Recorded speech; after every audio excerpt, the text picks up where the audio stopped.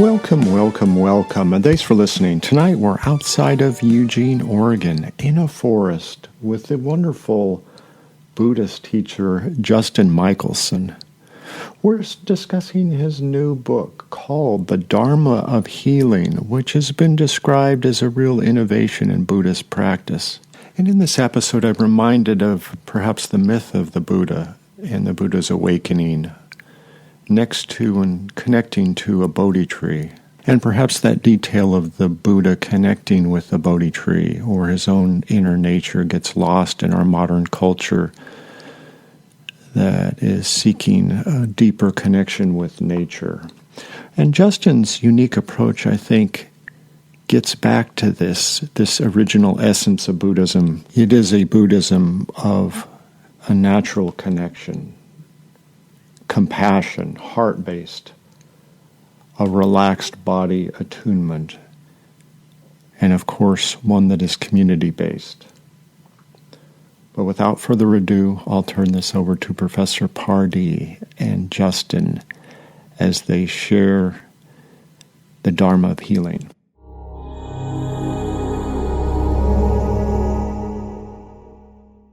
It's wonderful to be able to talk with you today. I have to say at the outset that I found your book really, really refreshing. You've somehow managed to write about multiple dimensions of psychological and spiritual experience in relation to meditative practice. And also then you've touched on many things in your book that are deeply personal, as well as, I don't know if you phrase it this way, I don't recall, but you've also talked a lot about what nurtures and encourages spiritual growth. And I think about that in transpersonal terms, not just in a kind of single way. But I hope it's all right with you if I start off today just by reading the first paragraph of the introduction to your book. Sure. I found it a very, very interesting first paragraph to a book.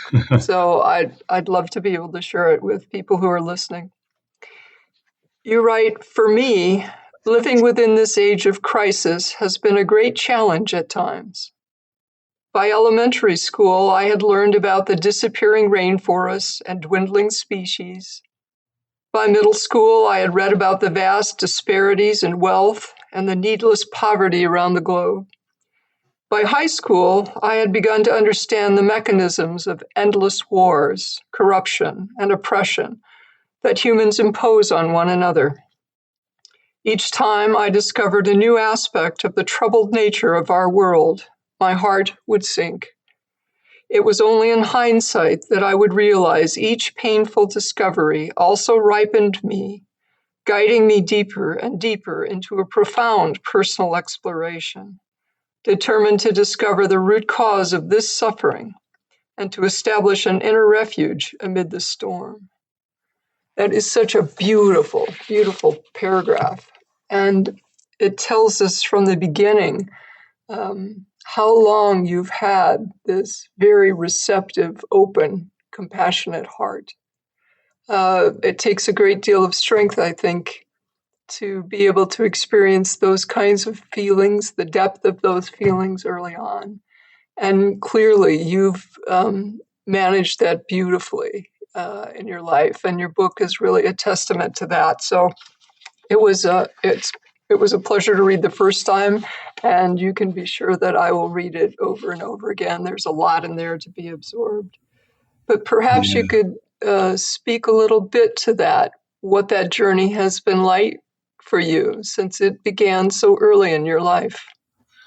Yeah, I haven't heard that paragraph in a while. And gosh, my heart, I have this kind of chills, this shivers around just how it continues to be the case, even more so for the generations that are growing up right now. You could say maybe there's also other ways of distracting ourselves now than when I was a kid, but I think that's just an undercurrent, sometimes unspoken, that the younger generations are growing up with right now. It's just like, what is this world I'm growing up into? And for a subset of those folks, maybe just with the right, guidance and teaching, maybe just a few words, that part of them that remembers the possibility of what it could be, somewhere in their bones might awaken, and that's just how it was for me. And the influence that was most prevalent for me before meditation was just being in nature. And we still have these precious reserves of the natural world. And those, to me, are places of waking up and remembering what our relationship with the world could be, as opposed to what the dominant paradigm is. And so spending time in nature is a big thing for me that really cracked me open, and it led me to meditation, or I should say it prepared my heart for meditation. So when I sat down for the first time with my teacher, it was a class for teenagers. I was 15. Rodney Smith is my teacher still to this day. I sat down and I thought, oh, this is just like being a tree. And it just kind of makes sense to me, this authenticity and vulnerability and simplicity of being that is, in my perception, expressed so amazingly in the natural world, and especially with plants and trees. And eventually, a decade or two later, I started a native plant nursery that I still own. So plants and nature have been a really important piece of my journey. But just growing up was sort of one heartbreak after another. And I fortunately found meditation to deal with that. It told me move towards the pain. So I kind of used that as a guide.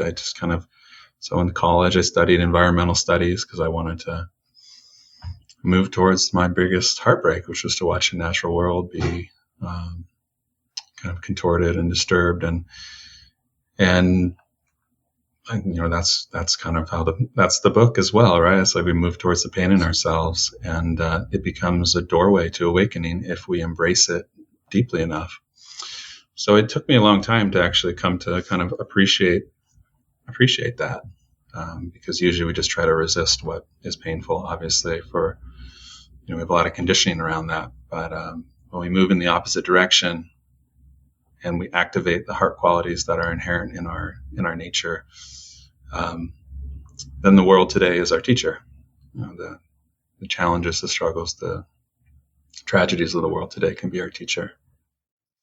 I think that's so true. And to have realized or to have naturally gone in that direction, that's quite something. It's interesting that we haven't, as a culture, we haven't really acknowledged the thing that we should all know so clearly by now, how intricately we're connected with the natural world, how much our lives depend on the life of the natural world. And so it's an interesting thing that we haven't really internalized that the way that you're speaking about.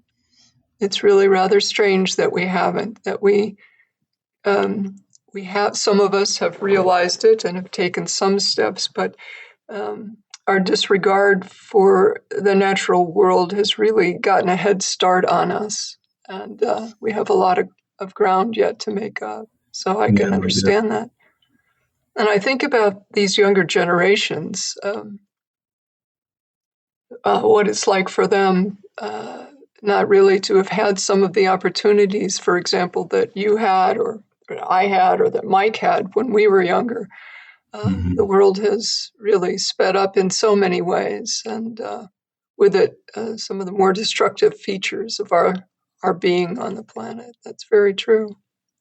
Yeah. So you were 15, and how closely to that time then did you become involved with a path of meditation?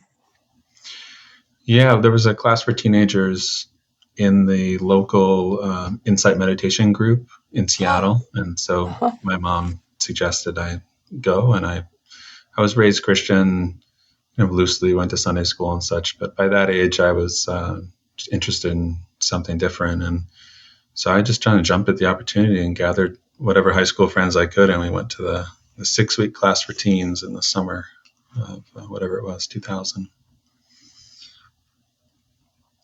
Oh, that's wonderful. So you actually took friends with you. Oh, that's great. That's great. Yeah, we still all remember that. And not many of them. Let's see, I don't think any of them really continued. But they have my book now, so and I reference it. So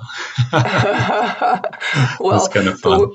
The way you've written your book, I would think that would pull them right back toward it. It's a beautifully written book.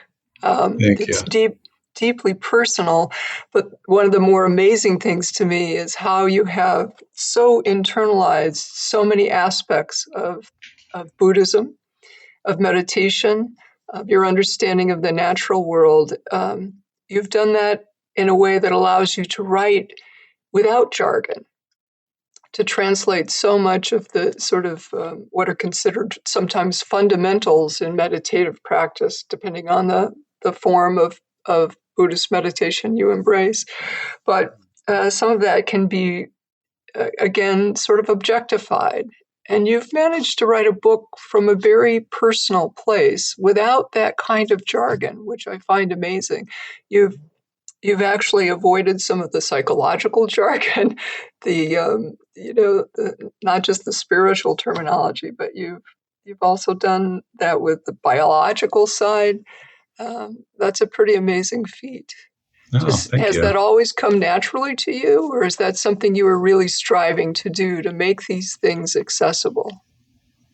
I was striving to make something that felt uniquely mine, I would say. So I actually tried not to read a whole lot of other things while I was creating this book. The book was really a culmination of 20, 25 years of practice that when I was 35, I had a kind of a bigger spiritual experience where a lot of things just made sense to me. Sort of the first half of my practice was really engaged in Buddhism. The second half of my practice was more engaged in emotional healing. And I didn't understand how those two worlds for a while coexisted. And there's a lot of paradoxes on the path, and that's one of them, is the psychological and spiritual modalities sometimes feel at odds with one another. And it all kind of clicked. And at least the table of contents of the book kind of came to me all at once. And then I had to go on the journey of discovery of actually writing it. But yeah, just trying to put it together in a way that really made sense to me. I mean, it's a huge learning journey for me. And I still use it. I still flip through it. And actually, after I finished the final draft, I have gone on this health journey of a different sort. And I've had to go back to the book and kind of be like, what did I write? Oh yeah. So it's a process of endless growth. Yeah. It's interesting, isn't it, that something that is so deeply personal, we write about it, and then we step away from it for a while, and we go back to it, and it really is like reading another author's work, where you have to sort of internalize it again. So, well, it's a funny thing. Yeah, we put something in writing, and then what's the nature of the world is to change. The nature of our minds, our hearts is to change. And so, yeah, we change and the book doesn't. And interesting. But yeah, it's taught me a lot. And I think a lot of small groups have used it, and especially folks in the Dharma, to kind of come to terms with some of the emotional healing that they weren't really doing. And that's allowed them to integrate their practice, integrate their insights, spiritual insights more deeply. So yeah, it's a beautiful thing to witness. So in your work, I'm assuming you work with students? Yeah. Mm-hmm. And so in your work with them, do you use your book? Do you work with them in the context of that book? Or do you have a different approach? I have kind of two main threads to my meditation teaching, and one is a self-compassion based thread, which is what this book is about, and the other is a nature-based thread. So I do wilderness-based retreats as well. Mm-hmm. So this book represents And the next book I'm writing is on nature and meditation. But this book is about how self-compassion, a certain type of self-compassion I describe in the book, can be used as a kind of a full process of waking up. And the common format, we do like a day and a half retreat. We'll just do intensive practice. But the spirit of the book was to create a way that someone could just do that on their own. So there's the whole middle section is several dozen meditations that you can find online, guided meditations. So you can kind of just do a retreat at home and yeah, I was kind of trying to make myself obsolete a little bit.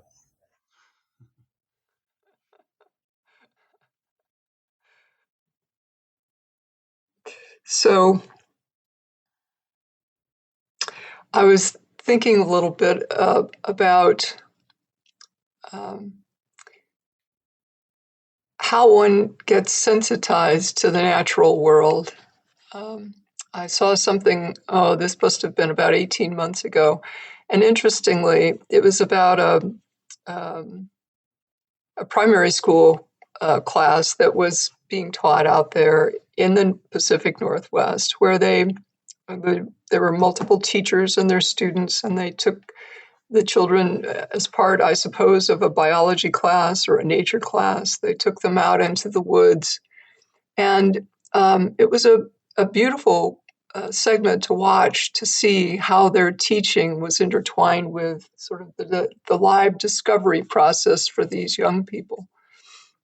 And I remember thinking, would that there were such a course, such a class for children in elementary school everywhere, to learn about sort of nature and the natural world. And it sounds like that was an interest for you from early on in your life.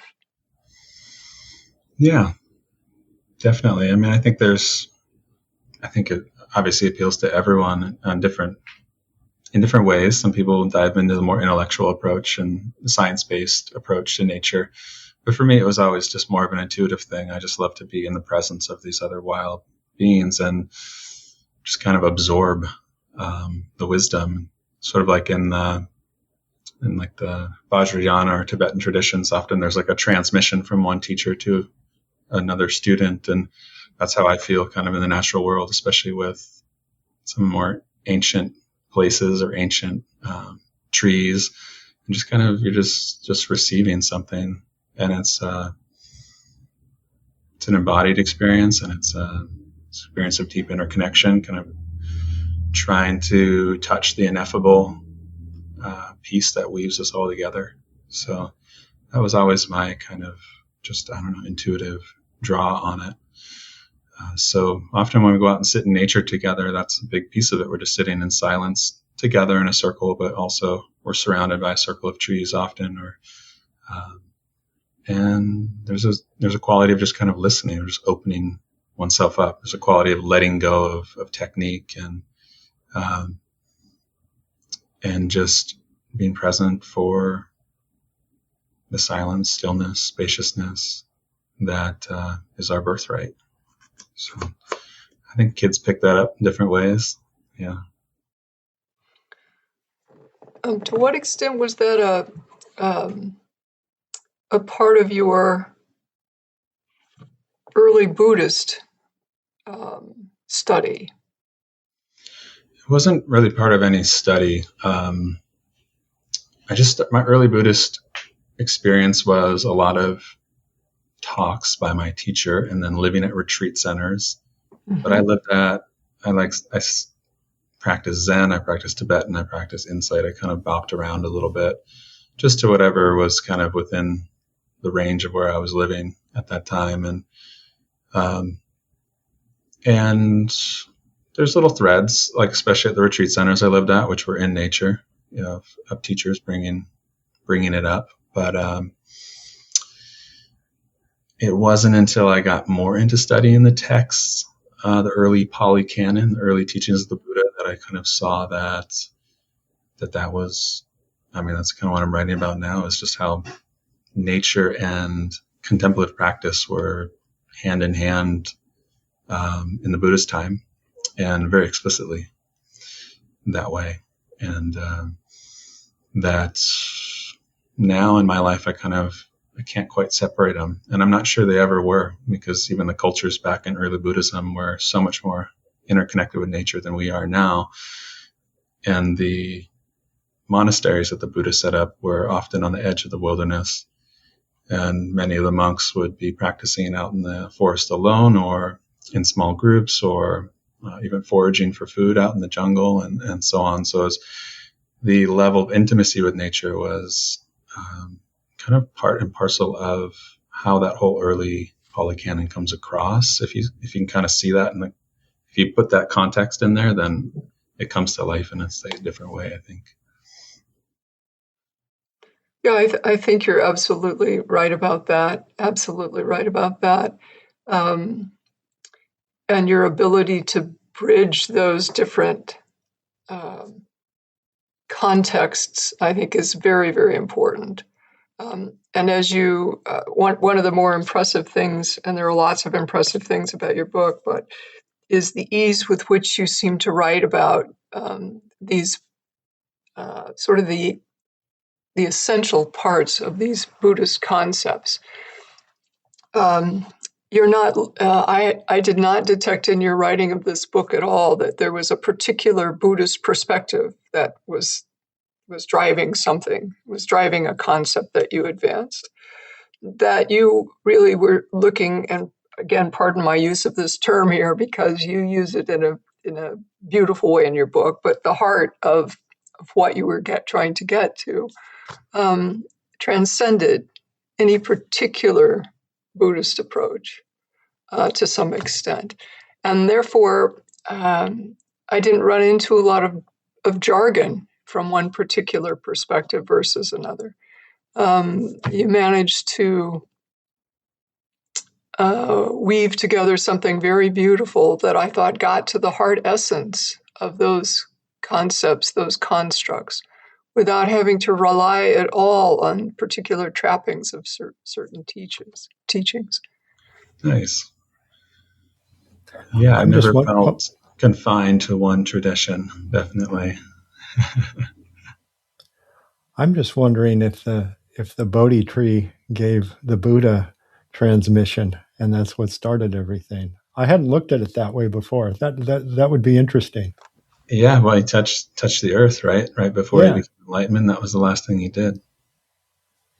Yeah. And he touched the roots of the tree, and yeah, I think it's kind of a waking up together.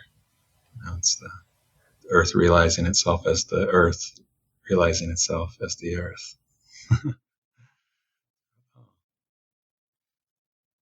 How do you encounter that? And you mentioned you sort of didn't talk about techniques or practices, but when you're out in the forest with the kids, how do you welcome that in? Well, I mean, my retreats in the forest are mainly with adults, but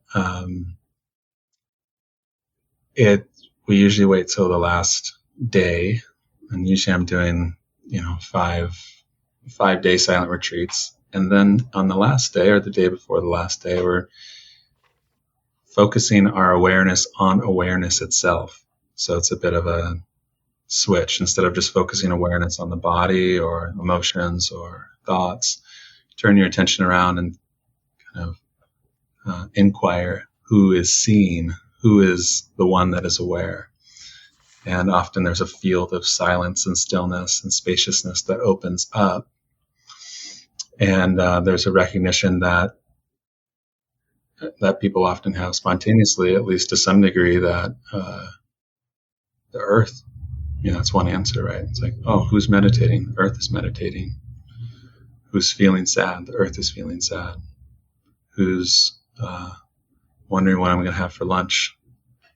The earth is wondering what I'm going to have for lunch. There's sort of this recognition of the bigger system that we're a part of, and the impersonal nature of our moment-to-moment experience, the more than personal nature, I can say. And I think that is a piece of that awakening experience that the Buddha had, right? When the Buddha awakened under the Bodhi tree, he didn't wake up, right? The Buddha didn't wake up. The earth woke up. And he didn't teach for the next 45 years. The Earth taught for the next 45 years. So I think that's kind of a nice way to include yourself, but sort of expand beyond it.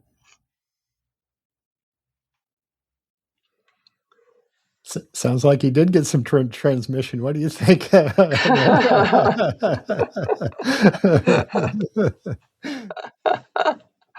Well, I think that was a beautiful example of what you've done throughout the book in terms of taking what appears to be a private experience, a me-only experience, a me-focused experience, and enlarging that. And you've done that beautifully in the book with the notion of compassion, what you call wholehearted compassion. And that involves compassion for self, but it also very much includes compassion for others as well. And I think that's an important part of what Mike is alluding to, I think, with the Bodhi tree and you creating opportunities for young people and probably others that you've worked with to open up to that. It's just maybe starting with self-compassion and then generalizing that more broadly. Does that ring true for you? Yeah, I mean, I think part of my realization in my own practice, and then part of what I realized sharing with others, is that if we don't, first or at some point along the way, develop a psychological wholeness within ourselves, it's really hard to feel connected to anything else. And self-compassion is one way, I think a very powerful way of reconnecting with all the different disenfranchised parts of ourselves so that we create a whole, a psychological whole in ourselves. And most of our psyches are pretty fractured, and that also parallels the fracturization that we see out in the world of the social atomization and then separation from nature. Inside, often we're fractured into a lot of disagreeable parts that are in conflict with one another. So self-compassion hopefully starts to piece that all back together so that we have a semblance of stability within our psychological selves. And then it's a lot easier for the mind and heart to fold back into sort of the other concentric circles of connection that that are our birthright, into human community, but also into natural community. So self-compassion feels like a doorway, a crucial doorway. It also feels like something that we always probably are going to come back to, because there's going to be some part of ourselves that gets triggered and wounded, and by a relationship we're in, by something that happens in the world, and we're going to find ourselves in a very personal form of pain. That is all enmeshed in our personal narratives from our personal history, and we need a really personal, intimate kind of self-compassion to go along with that. But as those wounds start to settle or heal or dissipate from our own care, we can open back up to that more than personal reality. So I see it more as kind of a back and forth, kind of a turning. Well, I call it in the book the turning of the wheel of healing. Sort of start in a real personal way and then expand to this more than personal way of being with ourselves, and then back again and back again until the two become just two sides of the same coin, if that makes sense. It does make sense. And I've always noticed sort of these categories we create where we have someone will write a book that is about the psychology of this, or someone else will write a book about the spirituality of this. But the spiritual and the psychological, even the physical dimensions for each of us, they're not such tightly differentiated categories. And though many books are written as though those are separate fields, those are separate aspects of one's life, but they really aren't. They go together. And one of the things I most appreciated about your book, as I mentioned earlier, was that you find a language that allows you to address those different dimensions of being without feeling like you have to stay within the lane of the terminology that this discipline might use or that approach might use. And it makes your book very readable, very engaging, and frankly, just refreshing to not have to sort of be translating in one's mind. Is he talking about this, which over here is talked about like that? It's one of the really remarkable things I think about your writing. That's great. Yeah. I think spirituality and healing need each other, and I think that's kind of the core thesis. Hard to imagine one without the other now for me. Yes, you certainly set the bar for me. I'm going to be much less interested in books that draw those narrow disciplinary kinds of guidelines. I think going forward, I think that will be harder for me after having read your book. Yeah, good. It sounds like you're abandoning your academic background, Lynn. Huh? Don't tell anyone. Please don't tell anyone that, Mike.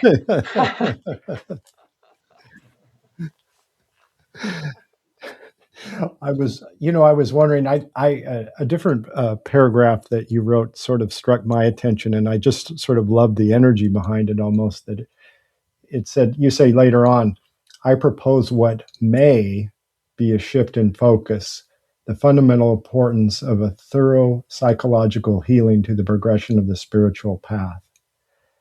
And that really struck me. Just the word "may," that the way that sort of resonated with me is that it's sort of a critique of Buddhism, but yet Buddhism might be encompassing what you're doing anyway.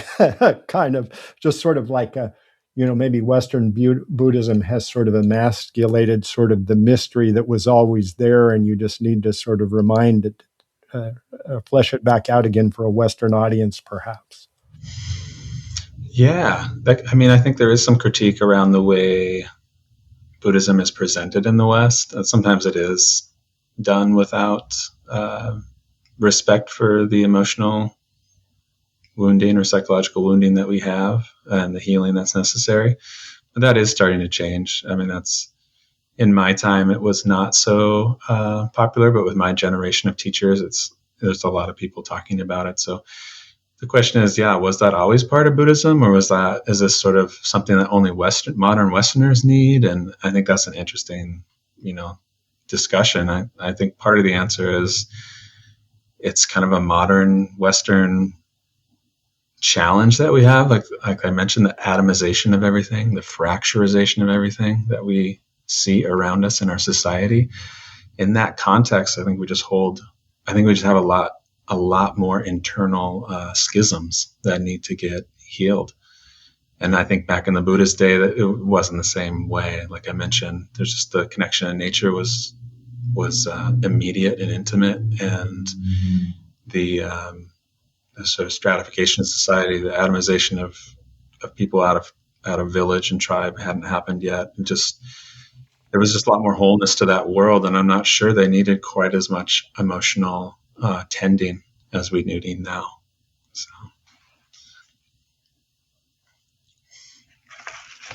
Yeah, and I remember, a lot of the old Buddhist texts seem to use a lot of nature that I think is we've lost the context for. Like even the whole metaphor of Buddhism is the finger pointing at the moon, but that's the moon. That's like the seed of traditionally the emotion and water and everything, but it's there was an intimate connection with nature and everything, like you said.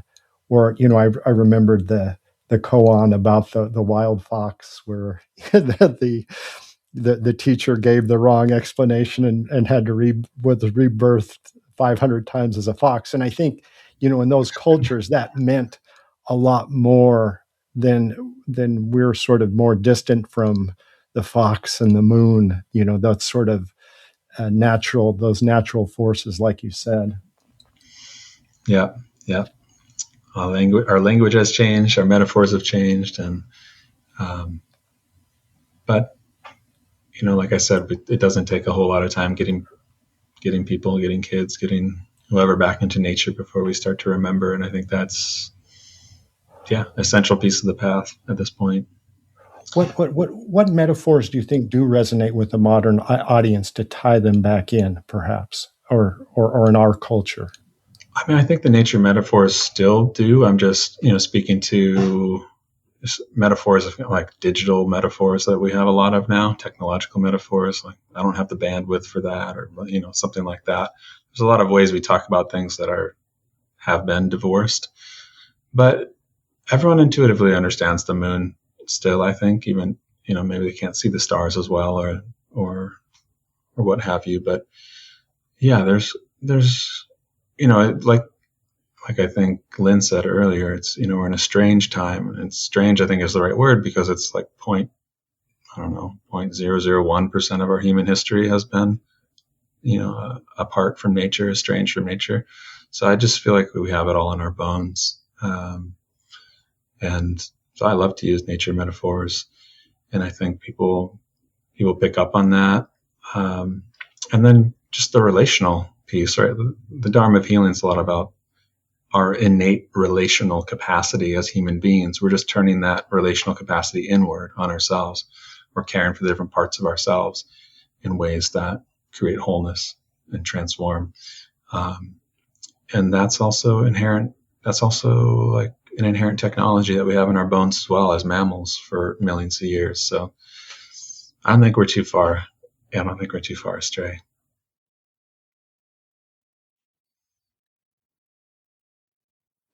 Yeah, I have to also tell you that when I first saw the title of your book, the Dharma of Healing, I was really struck by that title, and it occurred to me that I cannot recall that I had ever before encountered the term Dharma with the term healing, and so that was a little thought-provoking for me about that. Mm-hmm. That you had put those two things together. And of course, it makes perfect sense reading your book. But this is certainly, I think we're certainly living at a time when there's a lot of need for healing. So much divisiveness in our culture, but also in the world in general. But also a lot of people working very, very hard to do what they can to bridge the gulfs and the gaps that have arisen. But we don't often think about we don't often put self-compassion and other compassion into a context, for example, that we are challenged by, at least in the United States, but in other areas of the world too. And that's in the political realm. And I hope that isn't too jarring a juxtaposition, but, as interesting as it was to think about the term healing in the context of some of the Buddhist practices that I do, when I think about it in the context of politics, that's an entirely different realm. Do you see a role for the notion of compassion in regard to, for example, political discourse? Yeah, is I think it it's even essential. possible to think about that? Yeah, definitely. I mean, the disconnection, the divisiveness that we see in the political realm is just an extension of the divisiveness that we have internally, in my perspective. And when we do the self-compassion work to put ourselves back together, then we're much more able to extend compassion outward and say, oh, I actually know how hard it is to be human. I mean, you can't fully understand everyone else's experience, but you learn your essential human wounds. Like, I mean, some of my wounds are from birth trauma, from early relational experiences that so many of us have similar things. And I'm like, oh, okay, I can get you. So I can look at someone like Trump, or I can look at someone like, any sort of world leader or powerful figure that may be acting in ways that are harmful, and say, oh, I get that. I can kind of understand the trauma people go through. So, I mean, that's another reason for self-compassion, because it builds that other compassion if we do it really sincerely and we go really deeply in ourselves. But yeah, we gotta not let ourselves get spun up in the media-based divisiveness and left, right, this, that, especially with the 99% of the other people in the populace, let's say, of America. We have so much more in common than we don't. We all want so many more of the same things than want different things. There's certain issues that get conflated or inflated as being the essential things that we have to disagree about. But we want clean air, clean water. We want a safe place for our kids. We could go on lists. We want, we don't have to work 2 jobs to barely pay our mortgage, simple things. And so, yeah, we just, the media lives off of making those divisions and keeping us in fear. And we need to do that. We just have to do the opposite. We have to keep having compassion, seeing the similarities, seeing what brings us together. So, I mean, it's a little bit about that, but yeah, happy to talk about politics. I think it's important.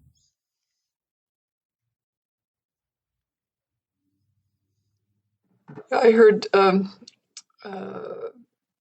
this was a few months back now, but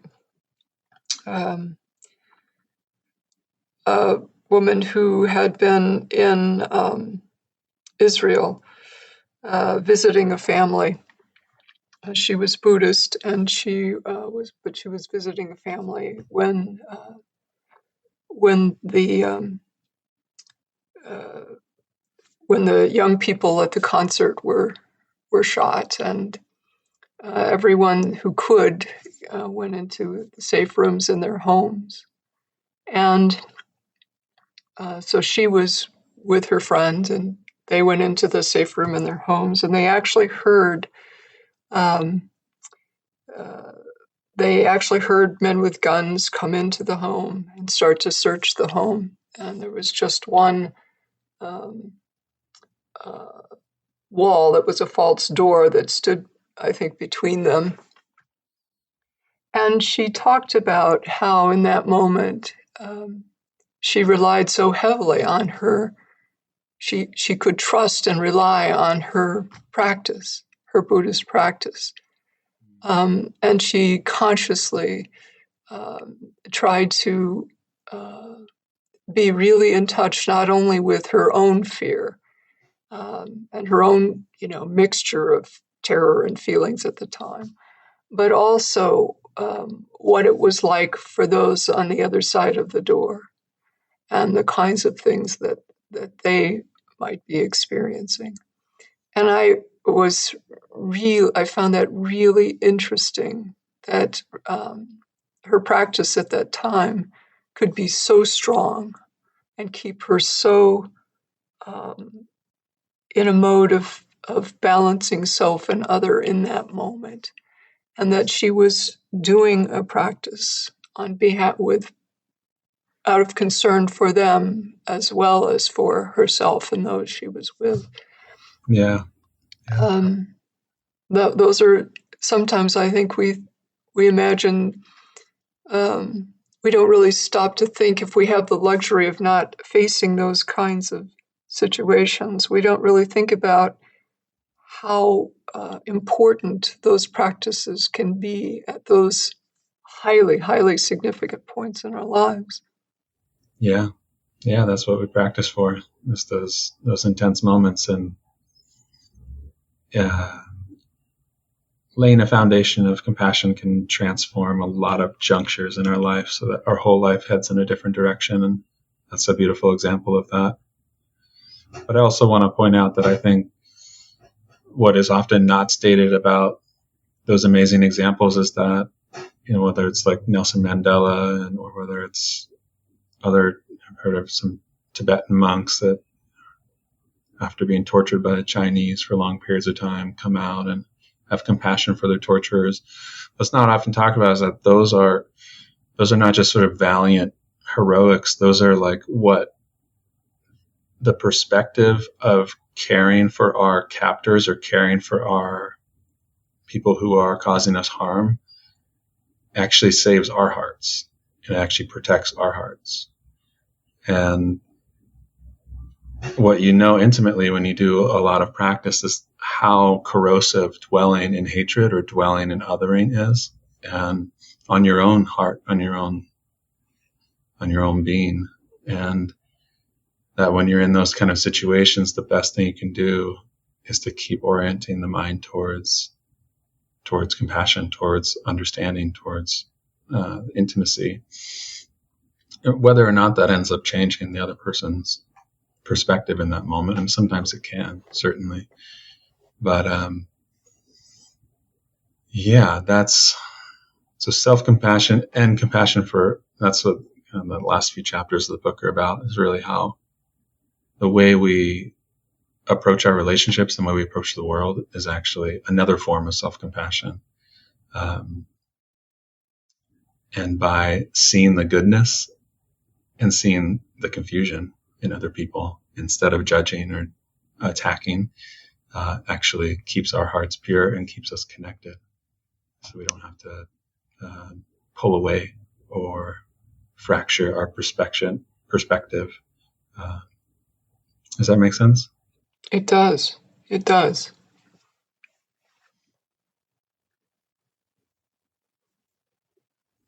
But it's hard. Yeah. Yeah, that's, I've carried that image with me since I heard the story. What a remarkable thing that was under those circumstances. But I think you're absolutely right. I think another piece that people often overlook is that the people who cause harm, the people in that scenario you're describing who are killing others, are inflicting virtually irreparable damage on their own psyches. And we don't often understand.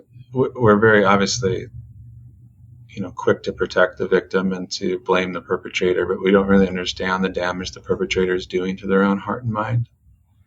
And for many folks, it's irreparable, meaning they're not going to have the chance, at least in this lifetime, to undo that. And they're likely going to dig themselves deeper, especially if they're not met with compassion, which most of the time there's not the capacity for people to do that.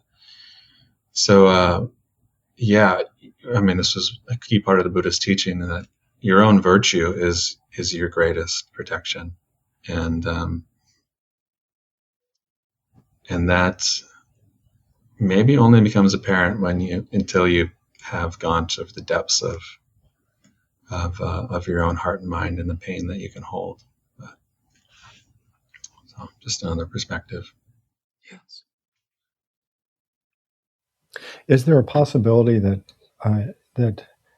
I couldn't help thinking that the people approaching the example, the woman in the house who was having compassion for the people intruding on the house with guns, that like everything is a transmission in a way, and we talked about the easy transmissions perhaps with the Bodhi tree out in nature, but even that perhaps would be the more harder transmission. But yet, if you could metabolize it or alchemize it, I think you used the word alchemize, but nevertheless, if you can alchemize that perhaps it is even, well, I'll let you take it from there. But Well, just the idea that somebody that lives in the inner city and doesn't have access to nature, they can still, everything, there's nature in bricks and even in automobiles, and it's harder, it's the energy is harder to alchemize, but it's all a transmission, perhaps. yeah, I think it's a beautiful perspective. I think a core piece of what I try to help folks with is to approach all of their pain as a teacher, as a guide, and approach all of their pain internally as something that can be a doorway. And while I do wish there was a lot more equality in the world and that people were not in such dire circumstances, it's also the case that amazing transformations have happened when people in poor circumstances have used it in that way. So this is a teacher for me. This is a guide. This is I'm going to listen and be humble.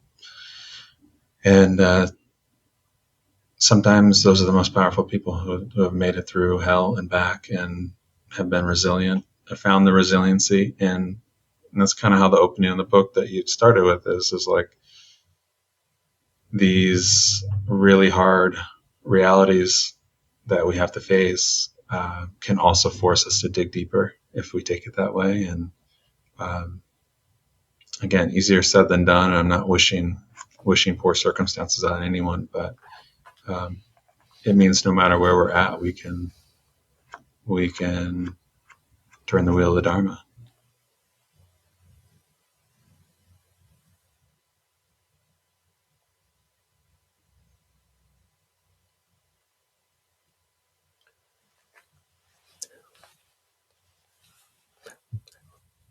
Where should we go next, Lynn?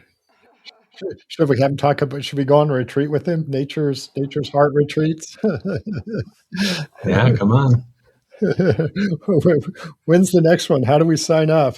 I want to get some transmission from the trees. You should. Yeah. You're welcome.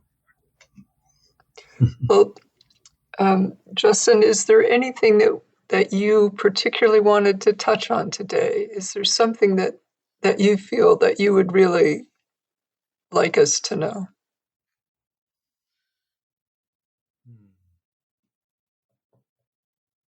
Yeah, I mean, I think the biggest transformation comes from our own attitude and perspective. And it's kind of just the thread I was already on, really. But I just find it with myself and with a lot of people who are on retreats or working with me, that it takes often just kind of a slight redirect or reframing, and everything's a lot easier. And usually that reframe is that everything in ourselves is trying to help us somehow, that even our annoying habits or triggers and reactivity or whatever it might be, the thing we think is blocking what we want is often there to help us somehow.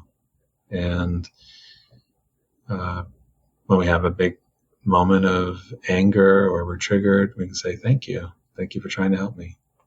Thank you for caring about me so much. We can say that to our own anger in our bodies. And that's often the beginning of a transformation. The anger reveals sadness underneath. Yeah, we actually did really care about that, the thing we're trying to protect or the thing we lost. And then we can say to that sadness, I care about you too. And often that sadness processes and it leaves this experience of tenderness or vulnerability, this openness. And that's our doorway to connection, right? So then we can be with that tenderness, and that can actually transform into joy and ease or equanimity. So you can kind of see just from anger to sadness to vulnerability to equanimity, we can do this inner transformation, emotion by emotion, moment by moment, by just redirecting our attention, using kindness, curiosity, gratitude, oriented towards whatever internally challenging experience we have. And I think it just reminds, people are heartened by that, because it reminds us of our own goodness, reminds us that we don't have to manufacture or become something different than what we are, that actually our own open hearts are just underneath our layers of reactivity. And they're just waiting there to be reconnected with. And our own open hearts are then the doorway to connection to everything else. So we don't need to go to some spiritual state that's other than where we are. We just have to kind of do the uncovering. And that happens, I think, most readily through these heart qualities, these healing emotions, curiosity, gratitude, kindness. So I think that's often the biggest piece for folks that they're missing on their spiritual journeys. And sometimes it's a big path because they have a lot of conditioning of self-criticism. But we can even turn to that, right? Those self-critical voices, and say, thank you for trying to protect me. Thank you for trying to help me, right? Our self-criticism is trying to keep us in line so we don't get in trouble, so we don't get hurt, But it's just compassion disguised. So that becomes the bigger realization then, that everything in our own hearts and minds is actually based in love and care. It might be a selfish care sometimes, or obsessive care, or some sort of distorted care, but it's based in that. So we start to remember the goodness of our own hearts, not the original sin, but the original goodness of our own hearts. And we see a lot more possibility in others and in the world from that place. So a little thing turning towards ourselves with kindness can go a long way. So hopefully that's something that's come through in this conversation. And if people are interested in joining you on retreat or connecting with you, where would be a good place to connect with you at? Yeah, the easiest thing is just to go on my website, justinmichelsondharma.com, and you can see what I have for offerings on there, or you can just send me an email. There's a link to the book too, if you want to get that on any major platform. I have some social media presence as well on Facebook and Instagram, but website's probably the best place. Is there a release date for your new book coming out? I mean, the one on nature? No, and there is not yet. Okay. Yeah. I'm needing to spend a little more time with this first book, and then hopefully Shambala will publish another one for me. Sounds good. Sounds like a good idea. Well, thank you very much. Thanks for. I really I really enjoyed this, and I wish you the best of luck. And let us know when the next book comes out, and we'd love to have you on again. Yeah. Indeed. Yes, indeed. This was great. Thank you. Lynn and I need to take a road trip out to Oregon or Costa Rica. Where else are you lurking about these days? Oregon's the main spot. Yeah, come on out. Yeah, the forests of the Northwest are very impressive and powerful, and they should be protected. So it's good that book's there. Yeah, wonderful. Well, thank you very much, Justin. Yes, thank you. It was wonderful to meet you. Yeah, good to meet you too.